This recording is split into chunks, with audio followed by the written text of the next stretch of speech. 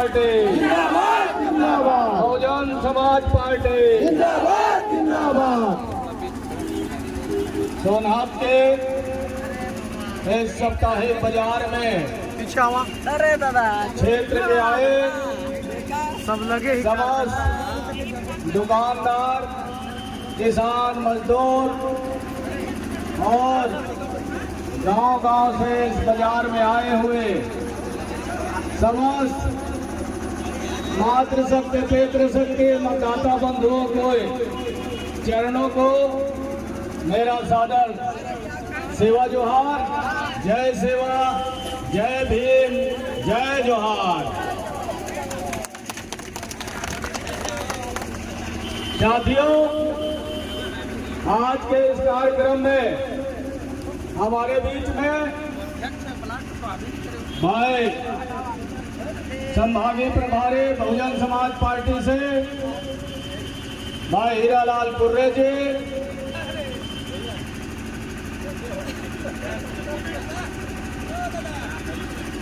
साथ में यहाँ पर गोंडवाना गणतंत्र पार्टी के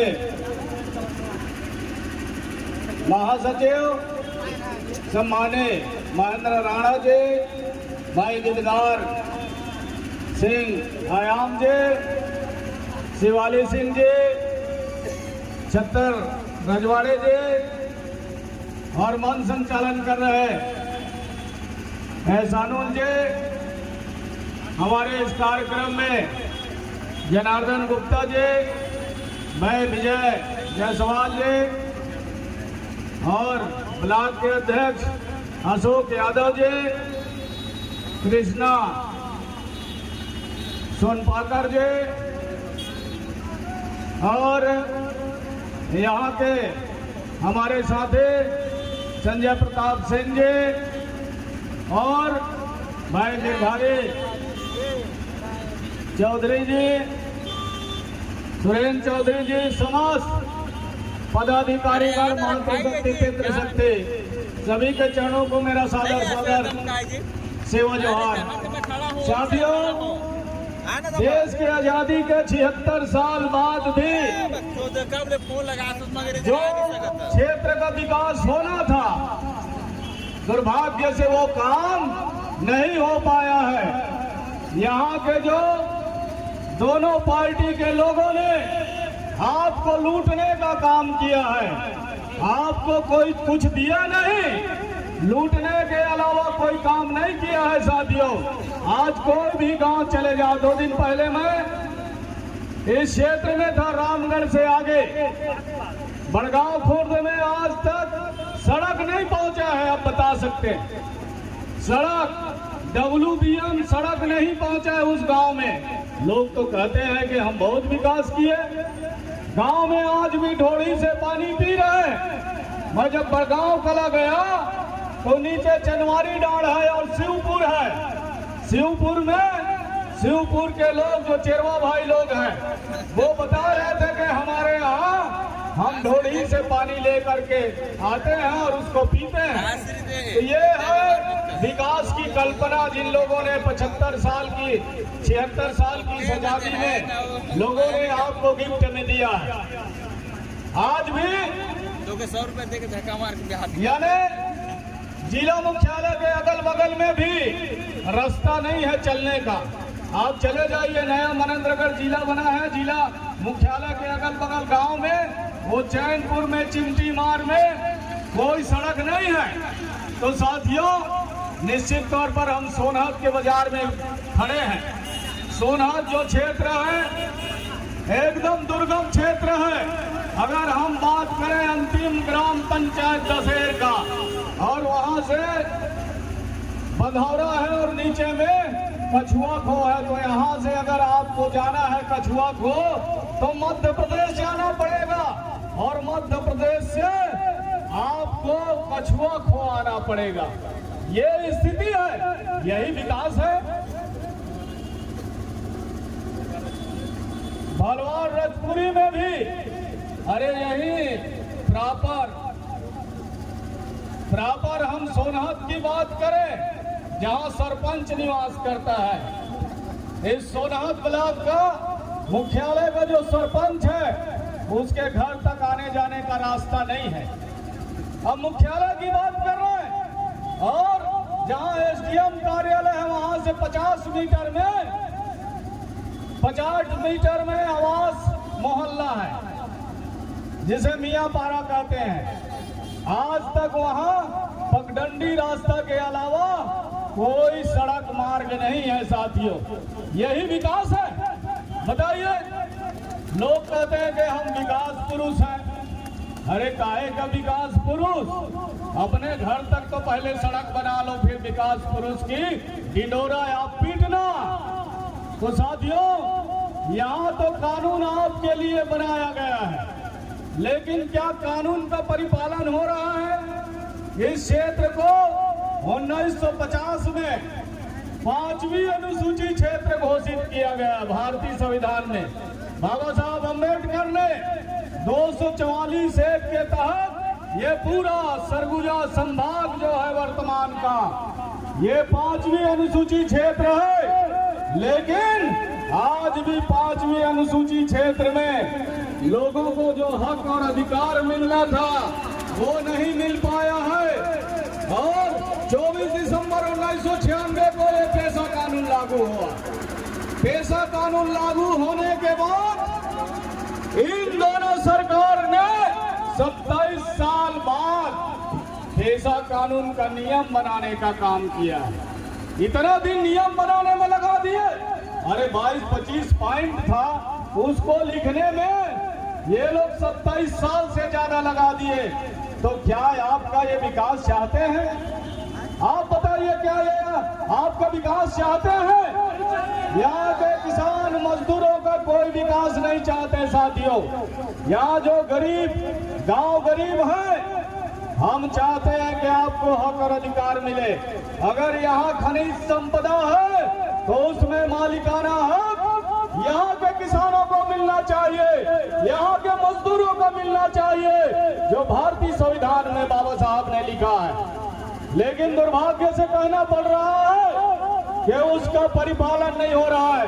कोल बेरिंग एक्ट का परिपालन नहीं हो रहा है और खान खनिज अधिनियम 425 का भी परिपालन नहीं हो रहा है साथियों, जिसमें सुप्रीम कोर्ट ने कहा 8 जुलाई 1997 को सुप्रीम कोर्ट ने इस देश के किसानों के पक्ष में फैसला किया कि जो 5वीं अनुसूची क्षेत्र है जहां पेशा कानून लागू है, अगर वहां किसी के किसान के जमीन के नीचे में कोई खनिज संपदा निकलती है तो उस पर उनका 25% का हिस्सेदारी उस खदान में होना चाहिए था। लेकिन ये बातें आपके किसी विधायक और सांसद के कान के यानी जू नहीं रहेगा। बताइए, कभी इन लोगों ने सदन में बोला क्या कि हमारा क्षेत्र 5वीं अनुसूची है, यहाँ पेशा कानून लागू है और यहाँ खदान निकल रही है, तो यहाँ खदान पे हमारा हिस्सेदारी होना चाहिए कि नहीं होना चाहिए? तो अभी तक हिस्सेदारी नहीं हुआ। ये भारतीय संविधान का खुला उल्लंघन कर रहा है साथियों। इसलिए मेरा कहना है कि आपने 75 साल इन दोनों पार्टियों के ऊपर में विश्वास किया है। विश्वास नहीं किया ऐसा तो है नहीं ना भाई। लेकिन आप हम पर भी एक बार विश्वास करके देखिए और पूरा सोनाहत से लेकर के इधर रामगढ़ से लेकर के दशेर और वहां से गोइनी होते हुए ठिसकोली होते हुए आप चले जाओ सीधा बड़वाही बरछा से चले आओ मलकडोर भूमका और वहां से चले जाइए सनबोरा तक। फुलझर सनबोरा गढ़वार पूरा क्षेत्र मैंने घूम लिया है। पूरे क्षेत्र की जनता इस बार तय कर लिया है कि कांग्रेस भाजपा की करो विदाई। आ गया है यहाँ नीला और पीला धारी वाले। पार्टी जिंदाबाद, पार्टी जिंदाबाद, चांद भैया जिंदाबाद, हरी छाप जिंदाबाद। तो साथियों, ये नीला आसमान है और नीला आसमान के नीचे ये पीला झंडा खिलेगा। निश्चित तौर पर कोई भी किसान है अपने खेत में जब फसल डालता है तो पहला अंकुरण निकलता है तो वो पीला ही रहता है कि नहीं रहता है। और हम लोग कोई भी शुभ कार्य करते हैं, पूजा पाठ करते हैं तो उसमें भी हल्दी चावल का टीका लगाते हैं कि नहीं लगाते हैं भैया, है कि नहीं है। और कोई फल जब पक जाता है यानी खाने लायक हो जाता है तो वो भी पीला हो जाता है कि नहीं हो जाता है। तो साथियों ये फसल पक गया है। आप सब लोगों ने बहुत मेहनत करके ये फसल तैयार किया है, लेकिन जंगली जानवरों से भी हमको डर है कि नहीं है। अरे 2 जानवर घूम रहे हैं भैया, ये जानवर को भी आप लोगों को तराश के रखना है कि नहीं रखना है। फसल नुकसान कर देगा, फसल की रखवाली करना है आप सब लोगों को। 15 तारीख आप लोग अपने अपने गांव में, पाड़ा में, टोला में, मोहल्ले में आप लोग देखिए कि यहाँ जो कहा जा रहा है जो नोट वाला है तो वोट वाला जीतेगा और नोट वाले का विदाई होगा कि नहीं होगा मुझे बताइए। अरे जो लोग दूसरे से नोट लेकर के आए हैं और आपकी सौदा करते हैं, यहाँ के किसान मजदूरों की, यहाँ के युवाओं का, यहाँ के बेरोजगारों के साथ अन्याय अत्याचार करते हैं कि नहीं करते हैं बताइए। अरे वर्तमान की सरकार तो घोटालेबाज है कि नहीं है। ये जो वर्तमान सरकार है ये इतना घोटाला कर लिया 5 साल में कि उसी से चुनाव लड़ रहा है कि नहीं लड़ रहा है बताइए। अब घोटाला का नाम बताऊं क्या? अरे घोटाला सुनना चाहते हैं इनका? तो ये लोगों ने शुरुआत किया घोटाला, कोयला घोटाला किए और कोयला घोटाला में इनके सरकार के लोग, इनके पार्टी के लोग आज सेंट्रल जेल में है कि नहीं है। इनके जो कलेक्टर रहे वो भी जेल के अंदर है कि नहीं है बताइए, है ना।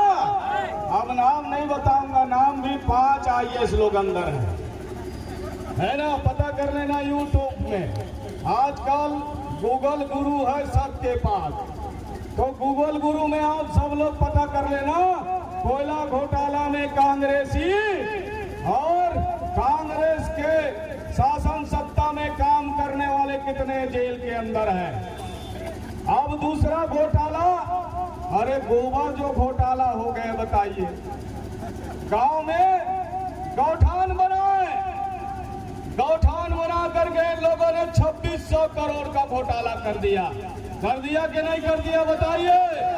अरे विधानसभा के सदन में गूंज रहा था, अभी लास्ट में जो विधानसभा हुआ उसमें गूंजा। और गोबर घोटाला किए 1500 करोड़ रुपया का साथियों।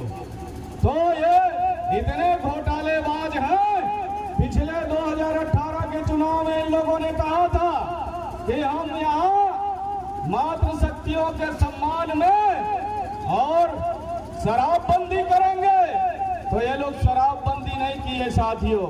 पुरानी बोतल में नया लेबल लगा लिए, पुराने शराब के बोतल में ये कांग्रेसी नया लेबल लगा करके बेचने लग गए और पर बोतल 100 रुपया ये कांग्रेसियों के घर जाने लग गया कि नहीं लग गया। तब उसमें छापा पड़ गया, ईडी का छापा पड़ा तो पता चला 2000 करोड़ का घोटाला हो गया भैया। यहाँ 2000 करोड़ का शराब घोटाला हुआ और शराब घोटाला में छत्तीसगढ़ का आयुक्त, उसके साथ कांग्रेस के नेता सब जेल के अंदर में है। अभी 1 महीने पहले यानी इस छत्तीसगढ़ का जो हाई कोर्ट है बिलासपुर, वो हाई कोर्ट ने इनका जमानत रद्द कर दिया साथियों। तो ये इतने बड़े घोटालेबाज हैं, तो इन घोटालेबाज लोगों को यहाँ से खदेड़ना है कि नहीं खदेड़ना है? और अंतिम समय में एक और घोटाला किए, यहाँ के किसान मजदूरों के जो बच्चे कॉलेज कर लिए थे और घुटना मोड़ के 8-8, 10-10 घंटा पढ़ते थे, तो इन लोगों को जो किसान मजदूर के बच्चे हैं वो पास हो गए, फर्स्ट डिवीजन निकल गए डिप्टी कलेक्टरी के परीक्षा में, डीएसपी के परीक्षा में, तो साथियों इन लोगों ने उनको फेल कर दिए किसानों के बच्चे को। और जो यहाँ कांग्रेस के नेता हैं, रायपुर के, बिलासपुर के, दुर्ग के, ठीक है ना, अंबिकापुर के, इन नेताओं के बच्चे लोग वो जो फेल थे उन्हें नंबर ज्यादा बढ़ा करके डिप्टी कलेक्टर बना दिया गया। जब लोगों ने विरोध किया कि बच्चे पास हो गए हैं, इनको फेल किया जा रहा है, तो फिर जांच हुई तो पता चला कांग्रेस के बेटे लोग, जो कांग्रेस पार्टी के जो बेटा बेटी हैं, वो जो फेल हो गए थे उनको पास किया गया है। और अभी पीएससी घोटाला हो गया। घोटाला हुआ कि नहीं हुआ? तो साथियों ऐसे घोटालेबाज लोगों को यहाँ से खदेड़ना है कि नहीं खदेड़ना है? आप सब लोगों को खदेड़ना पड़ेगा साथियों। आपको मौका मिला है, जनता को 5 साल में मौका मिलता है और मौका बहुत अच्छा है। अभी चौका मार लीजिए आप लोग, बिल्कुल चौका मारिए। और बहुजन समाज पार्टी और गोंडवाना गणतंत्र पार्टी के जो चुनाव चिन्ह आ रही है उसके संयुक्त प्रत्याशी जो मैं खुद हूँ, मेरे को आप लोग अपना कीमती वोट दे करके आप चुनाव जिताइए साथियों। एक और घोटाला में फंस गए हैं यहाँ के मंत्री, है ना, ये सट्टा खिलवाते थे। महादेव छत्तीसगढ़ चुनाव से पहले महादेव सट्टा एक घोटाले का साया मुख्यमंत्री के ऊपर में, ठीक है ना भैया। ये दुबई चला गया वो लड़का है, और मुख्यमंत्री का लड़का कहां भाग गया शराब घोटाले से? अरे अमेरिका चला गया, अमेरिका चला गया। तो ये गिरफ्तारी के डर से भाग रहा है साथियों। तो मेरा कहना है साथियों, ये अच्छा मौका है। और ये भारतीय जनता पार्टी है, वो देश बेचने चली है कि नहीं है?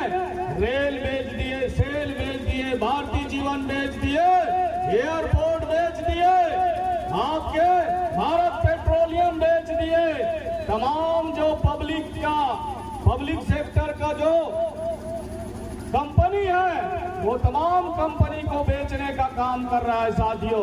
और जहां पर इस क्षेत्र में कोल इंडिया है, कोल इंडिया को भी प्राइवेट कंपनी को देने का काम कर रही कि नहीं कर रही? बताइए।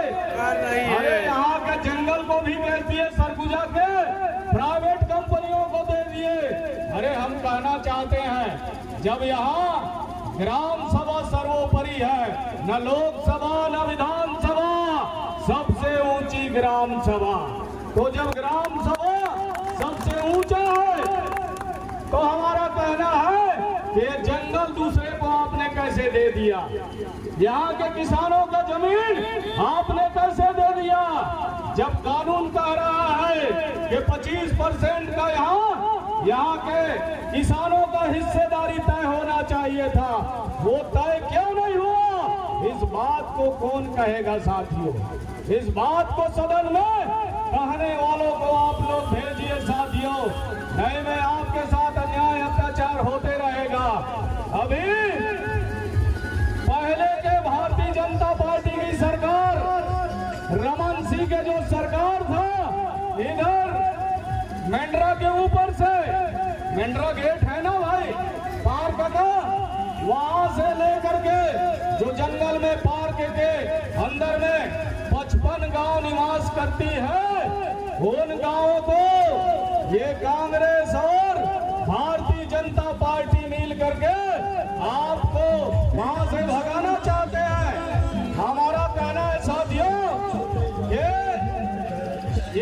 पार्क के नाम पर, कहीं टाइगर रिजर्व के नाम पर, कहीं बांध के नाम पर, कहीं खदान के नाम पर इस समाज को यहाँ से ये विस्थापित करना चाहते हैं। गोंडवाना गणतंत्र पार्टी और बहुजन समाज पार्टी इसके लिए लड़ाई लड़ेगा। हम किसी को आदमी को कोई गांव को विस्थापित नहीं होना देना चाहते। साथियों, आपके लड़ाई के लिए हम लोग रायपुर तक पैदल गए थे, दिल्ली तक लड़ाई लड़ रहे हैं। तो साथियों, आप अपने आपके लिए ये चुनाव किसानों का है, गांव वालों का है। अपने बाल बच्चों के लिए आप चुनाव में भागीदारी निभाइए और एक तरफा वोट करिए। ये जंगल वाले लोगों से मेरा निवेदन है, रामगढ़ क्षेत्र वालों से, कटवार वालों से, देवसील वालों से, वो मुर्गी कमर जी देव और दशहर वालों से कि आप एक तरफा वोट डालिए। वहां खाता नहीं खोलना चाहिए। नहीं मैं ये आपके गांव उजाड़ना चाहते हैं, ये दोनों पार्टी आपके गांव उजाड़ना चाहते हैं। मैं आप लोगों से अपील करता हूं कि आपके गांव जब तक गोंडवाना गणतंत्र पार्टी और बहुजन समाज पार्टी रहेगा, आपके गांव से किसी को बाहर निकलने की आवश्यकता नहीं है। भारत का संविधान हमारे साथ है और हमने उदाहरण के तौर पर देवसील कटवार के वो जो मोहल्ले का क्या नाम है जहां पर कोयलार पाट से यहाँ के हम लोग डीएफओ को भगाने वाले हैं। 4 महीना पहले डीएफओ को भगवा दिए थे साथियों। तो निश्चित तौर पर हमारे पक्ष में भारत के संविधान हमारे साथ है। गांव बचेगा तो देश बचेगा। जब गांव रहेगा तो हम रहेंगे, जब गांव नहीं रहेगा तो हम कहां जाएंगे। तो ये लोग चाहते हैं, आपको गांव से उजाड़ना चाहते हैं। हम लोग गांव बसाने वाले लोग हैं साथियों। हमने आपकी लड़ाई दिल्ली में जाके लड़ा। 27 नवंबर 2006 को जंगल जमीन के पट्टा की लड़ाई लड़ा। हमारे आदिवासी समाज से 12 से 15 लोग खत्म हो गए उस आंदोलन में साथियों। तब जाकर के जंगल जमीन का बड़ा अधिकार कानून पास हुआ, लेकिन इन बेईमानों ने आप लोगों को 10 एकड़ का पट्टा नहीं दिया क्या भाई? अरे उस कानून में लिखा है साफ 13 दिसंबर 2005 तक जो किसान जंगल के जमीन पर काबिज है, पार्क के अंदर काबिज है, टाइगर रिजर्व के अंदर काबिज है, नेशनल पार्क में काबिज है, उन किसानों को 4 हेक्टेयर बराबर 10 एकड़ का पट्टा दिया जाए, ऐसा उस कानून में लिखा है। और उसी कानून में लिखा है कि ग्राम सभा को जंगल सौंप दिया जाए। तो क्या जंगल मिला है आपको? और उसी कानून में कहा गया है कि रेत खदान को ग्राम सभा को सौंप दिया जाए। तो यहाँ के नेता रेत दलाली कर रहे हैं कि नहीं कर रहे हैं बताइए। तो हम लोग, हमारी जब सरकार आएगी, हम जब यहाँ से आप विधानसभा में भेजेंगे, तो मैं आपसे कहना चाहता हूँ कि जो रेत का खदान है वो ग्राम सभा को सौंप दिया जाएगा, और जंगल है वो ग्राम सभा को सौंपी जाएगी। तो हम कहेंगे कि चल कलेक्टर गांव चल और गांव में चल के काम कर। तेरी मेरी बात ये पंखा के नीचे नहीं होने वाली है। हम चलते हैं गांव में, किसी पेड़ के नीचे में दरी बिछा के बैठते हैं। विधायक भी बैठेगा, कलेक्टर भी बैठेगा और गांव के लोग भी बैठेंगे और फैसला ऑन दी स्पॉट किया जाएगा।